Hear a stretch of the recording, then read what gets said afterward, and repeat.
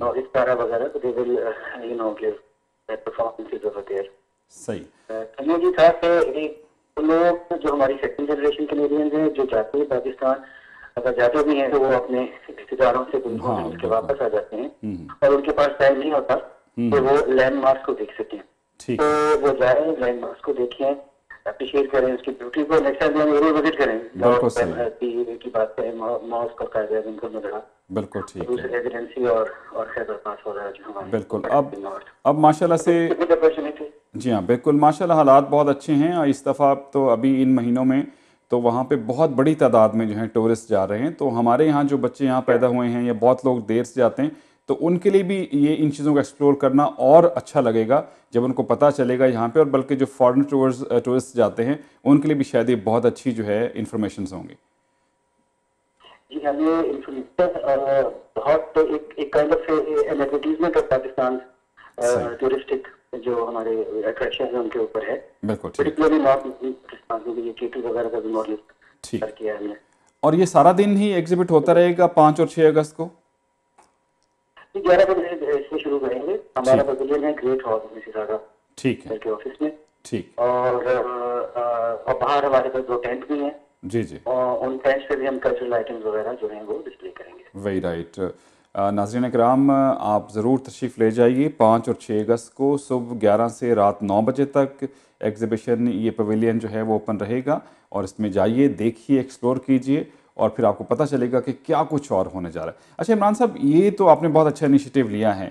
اب مختلف اور بھی مواقع آتے ہیں. یہ تو آزادی پاکستان کے حوالے سے 14 اگست پاکستان کی آزادی کے دن ہے, بہت اچھا اس کے ساتھ ہو گیا. باقی بھی آپ پلان کر رہے ہیں کہ آئندہ جو مختلف تہوار ہوں یا عام دن ہوں ان میں بھی اس قسم کی ایکٹیویٹیز جاری رہیں؟ دیکھیے ایک چیز جو ہماری آن گوئنگ ہے, لاسٹ یعنی کہ یسٹرڈے بھی ایک ہوا اس پہ لیکچر. جی ہاں, ہم نے شروع کیا ہے Pakistan studies series, Pakistan studies lecture series. ٹھیک ہے. آئیڈیا اس میں یہ ہے کہ پاکستان کے مختلف حوالوں سے ہم بات کریں اور لوگوں کو بتائیں کیا ہے اور جس پرسیپشن یہاں پر کریٹ وہ پڑا ہے پاکستان کے بارے میں, اس کو ایڈریس کریں سماؤ. تو پہلا ہمارا اب the holding of those lectures depends on the availability of qualified lecturers. تو پہلا ہمارا اسماعیلی سینٹر میں تھا on Pakistani folk music. It was a very well attended event. اور جو وہاں پر ایک ہوتے ہیں عمیر جابر صاحب, جانتے ہیں ان کو, he is manager performing arts. He gave this lecture. It was very well received. دوسرا لیکچر کل تھا ہمارا, کل شام کو رائسٹر یونیورسٹی میں. یہ اس طرح ہوا کہ I had a meeting with the president of Ryerson University and I told him about the arrival of an eminent scholar from Pakistan on science and technology, Dr. Iqbal Chaudhary. تو میں نے بتایا کہ ہم لیکچر سیریز جو اپنی کر رہے ہیں, تو انہوں نے کہا کہ آپ چاہیں تو ہمیں بھی کنسیڈر کریں اس لیکچر سیریز کے اندر. بالکل. تو ہم نے اٹ واز گڈ اپارچونیٹی کیونکہ Ryerson university you know is an important institution, اور انہوں نے ہوسٹ کیا اس پروگرام پر ہمارے, اور پیپل. تو یہ ایک آن گوئنگ سیریز ہے. ہمارا ارادہ یہ کہ 5-6 لیکچر ہم کرائیں گے اس سال میں, اور مختلف depending on availability of qualified lectures, اور پھر اس کو بھی شکل میں ہم لیکچرز کو کمپائل کریں گے. وہی رائٹ. فرینچ میں. Thank you very much Imran صاحب, بہت شکریہ. جی آج کچھ کہہ رہے ہیں آپ؟ باقی بھی ہمارے جو پروگرامز ہیں, جیسے کہ ہمارا ایک ارادہ ہے گندھارا اور انڈس ویلی پہ ایک ایگزیبیشن کرانے کا, جس کے لیے میری ساری ملاقات ہوئی تھی, تو میں نے آفر کیا کہ اس کے آفس میں ہم کرائیں. ڈیٹ اور مہینہ ابھی ٹکٹ کرانا ہے اور کیا ہونا چاہیے مناسب ٹائم, وہ ڈسکس ہم نے ابھی کرنا ہے. ٹھیک ہے. ان کے ساتھ بیٹھ کے, تو میرے خیال میں ان 2 months time they will be another exhibition. بالکل ٹھیک ہے. عمران صاحب تھینک یو ویری مچ. آپ بہت مصروف تھے اس لیے فون پہ آپ سے بات کی, لیکن آئندہ آنے والے دنوں میں انشاءاللہ آپ کو ریکویسٹ کریں گے آپ اسٹوڈیو میں تشریف لائیے گا اور ڈیٹیل سے اس حوالے سے بات کریں گے. بہت شکریہ آپ کا. انشاءاللہ. Thank you very much. بہت شکریہ. عمران صدیقی صاحب کونسل آف پاکستان ہمارے ساتھ موجود تھے. بڑا اچھا انیشیٹو ہے, اور بہت سے ہمارے لوگ یا خاص طور پہ ہمارے بچے جو یہاں پیدا ہوئے ہیں, وہ پاکستان جب بھی اول تو بہت کم جاتے ہیں, جب جاتے ہیں تو بس وہ فیملی کے ساتھ اپنے رشتہ داروں کے ساتھ مل کے, اور بعض اوقات وہ واپس شارٹ ٹائم کے لیے جاتے ہیں. لیکن اتنی اچھی اتنی خوبصورت جگہیں پاکستان میں ہیں, شمالی علاقہ جات ہیں, آپ وہاں جائیے, اتنی خوبصورتی ہے کہ آپ حیران ہو جائیں گے. ایون اپنے شہروں میں, بڑے شہروں میں, لاہور میں, کراچی میں, پنڈی میں, اسلام آباد میں بے شمار جگہیں ہیں. ہمیں اچھی طرح یاد ہے جب ہم لوگ اسکول کے بعد کالج میں جب ظاہر انسان جاتے ہیں تو اس کے بعد ایک ٹورز ہوتے ہیں مختلف کالجز کے. ٹرین پہ ہم جایا کرتے تھے شمالی علاقہ جات میں، سوات، منگورا، مدین، بحرین، اور اسی طرح سے کراچی کے ٹورز ہوتے تھے. تو اس زمانے میں بچوں کو لے کے جایا جاتا تھا، تو تمام جو اس زمانے کے بچے ہیں ان کو آلموسٹ جو ہے پاکستان کا اس حوالے سے ضرور پتہ ہوتا تھا. لیکن ابھی شاید وہ سلسلہ جو ہے وہ کچھ ختم ہو گیا، یا پھر فیملی ظاہر ہے چھٹیوں میں جاتی ہیں. تو آپ ضرور کوشش کیجیے گا اس پاکستان کلچر پویلین کو وزٹ کریں. 5 اور 6 اگست کو 11 سے لے کے 9 بجے تک اسکوائر 1 سیلیبریشن اسکوائر، وہاں پہ انڈور اینڈ آؤٹ ڈور دونوں جگہ پہ ڈفرینٹ پروگرامس ہوں گے مسلم فیسٹ کے. مسلم فیسٹ میں بہت ہزاروں لوگ آتے ہیں، بہت ساری چیزیں آپ کو وہاں دیکھنے کو ملتی ہیں. تو آپ وہاں ضرور جو ہے وہ تشریف لے جائیں، خود بھی جائیں، فیملی کے ساتھ جائیں اور ایکسپلور کریں. بہت سی چیزیں شاید آپ کو ابھی بھی نہیں علم ہوں گی، اور یہ چیزیں ظاہر ہے باقی لوگوں کے لیے بھی ہے، صرف ہماری کمیونٹی کے لیے نہیں ہے، باقی کمیونٹیز کو بھی دکھانا ہے کہ کیا کچھ وہاں پہ. محترم ناظرین کرام، یہ اگست کا مہینہ ہے. 14 اگست آزادی پاکستان کا دن ہے، جس دن پاکستان جو ہے دنیا کے نقشے پر ہمارا سبز ہلالی پرچم لہرا رہا ہے، انشاءاللہ تا قیامت لہراتا رہے گا. بہت قربانیاں دے کے جو ہے اس کو حاصل کیا گیا ہے، اور یہ تجدید عہد کا دن ہوتا ہے. 14 اگست ہو، 23 مارچ ہو، باقی جو دن ہوں، کہ اپنے وطن سے محبت کا اظہار بھی ہوتا ہے. ہم یہاں Canadian Pakistani origin Canadian citizen ہیں، یہ بھی ہمارا ملک ہے، اتنی محبت یہاں سے. لیکن کیونکہ پیچھے بھی ہمارا تعلق، ہمارے رشتے اسی طرح سے قائم ہیں، تو وہاں کی چیزوں کو بھی ظاہر ہے بہت زیادہ ہم اس حوالے سے ڈسکس بھی کرتے ہیں. اور کیونکہ یہ نارملی چینل بھی جو ہے اس کو ہم پاکستانی چینل کے حوالے سے بات کرتے ہیں، تو وہاں کی چیزیں بہت ساری یہاں اور وہاں کی چیزوں کو ملا کے ہم اس حوالے سے بات کیا کرتے ہیں. وطن سے محبت جو ہے وہ ان لوگوں سے آپ پوچھیں جو غلامی میں ہیں، ان کو پتہ چلتا ہے، ان کے ذہن میں ہے کہ آزادی کیا ہے. یہ آزادی ہمیں ملی ہے، اس آزادی کا تحفظ کس طرح. ہر شخص کا اپنا کردار ہے، میرا اپنا کردار ہے، آپ کا اپنا کردار ہے. وطن بن گیا ہے، لیکن اس کو ہم وہاں کی صورتحال کو بہتر طور پہ اجاگر کرنا بھی ہماری ذمہ داری ہے. اور بہت سی ایسی چیزیں ہیں جو وہاں پہ غلط ہیں، ان پہ تنقید کرنا بھی ہماری ذمہ داری ہے. تو یہ تمام چیزیں مل کر چلتی ہیں. تو ہم چاہیں گے 14 اگست کے حوالے سے آپ وطن سے محبت کا اظہار بھی کریں. انشاءاللہ کوشش کریں گے کہ اگلے پروگرام اسی حوالے سے مزید جو ہم پاکستان کے قومی دن کے حوالے سے 14 اگست آزادی کے دن کے حوالے سے کچھ چیزیں پروگرام میں شامل بھی کریں. تو چلیے جناب، پروگرام ہمارا ہوا یہیں ختم. دعاؤں میں رکھیے گا یاد، حوصلہ نہیں ہارنا، بل حوصلہ بھی کو ہارنے کی چیز. And always follow your heart, کیونکہ سب اچھے کی آواز.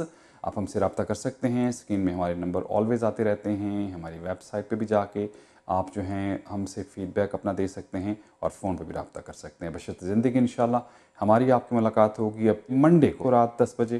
ارشد بھٹی کو دیجیے اجازت. اللہ حافظ اور سپرد مولا.